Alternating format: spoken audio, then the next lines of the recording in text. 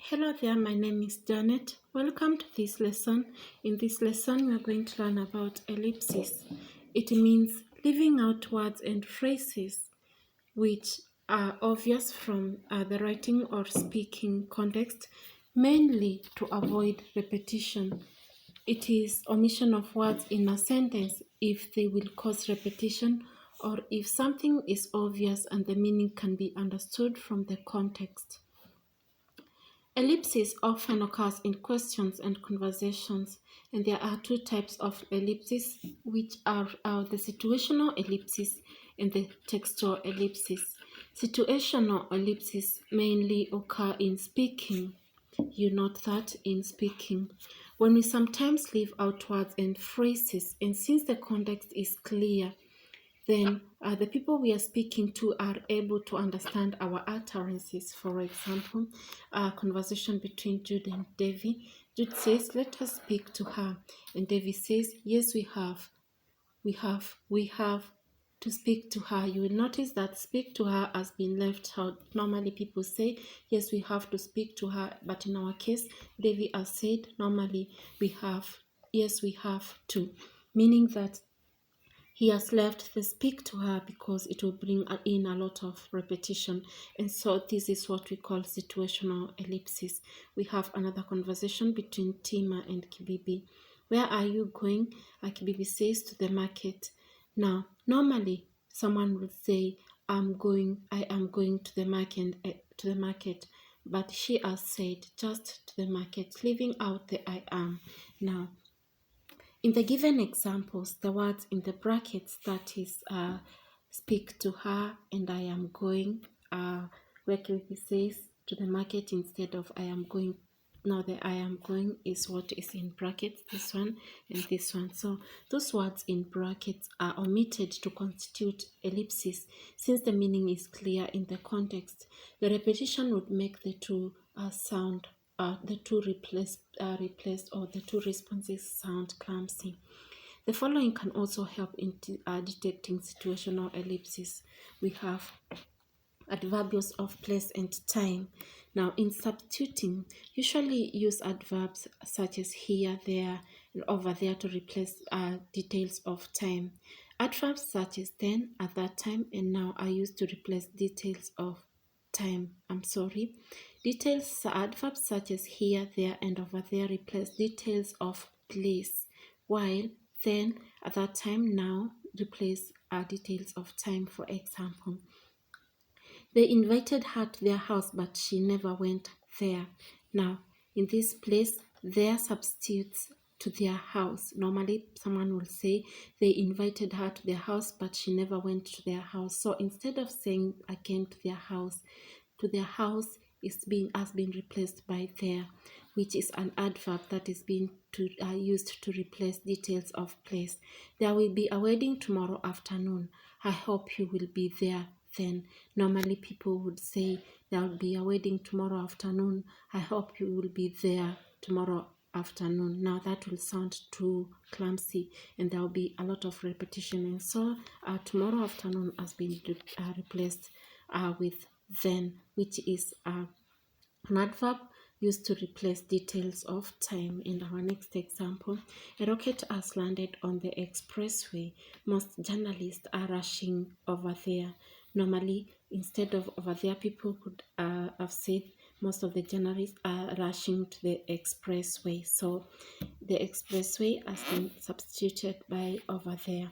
This and that in substitution are also used to refer to ideas or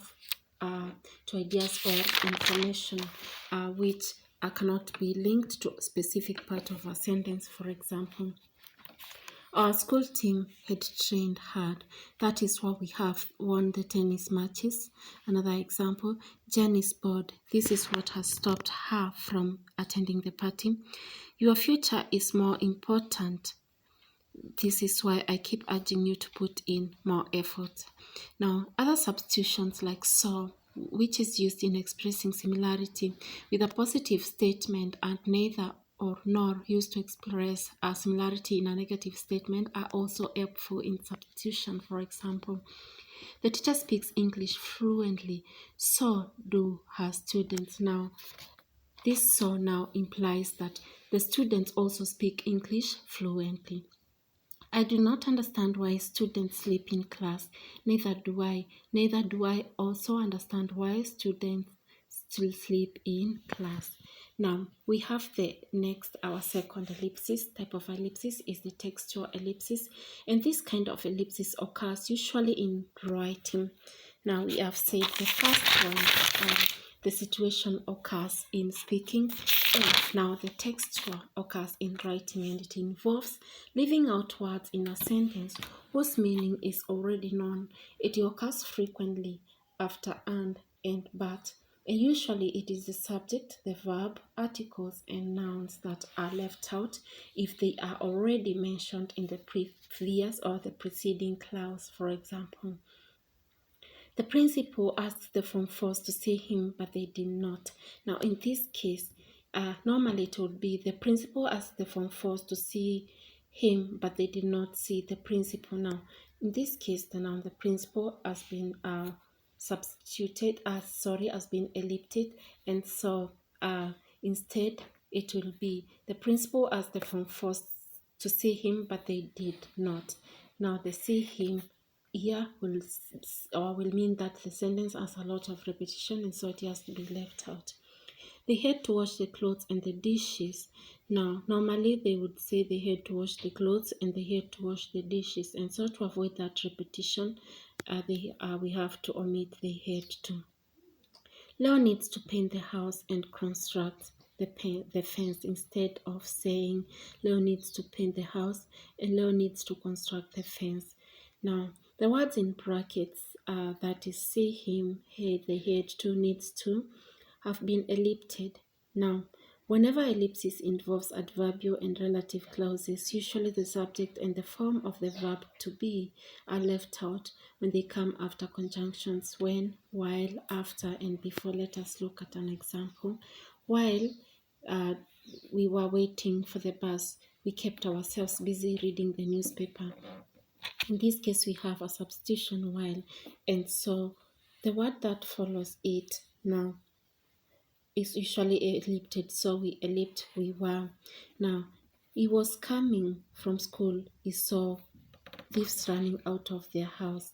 Now, we will ellipse he was because it will sound too clumsy, so we will say coming from school, he saw thieves running out of their house. So this he and this he, when they are together, it will mean that there is a lot of repetition, and so we ellipse that one.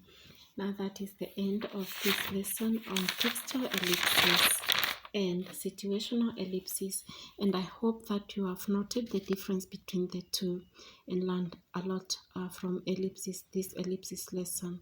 Thank you so much for watching this video. Kindly remember to like, please share this video, and also subscribe to this channel. See you in the next one.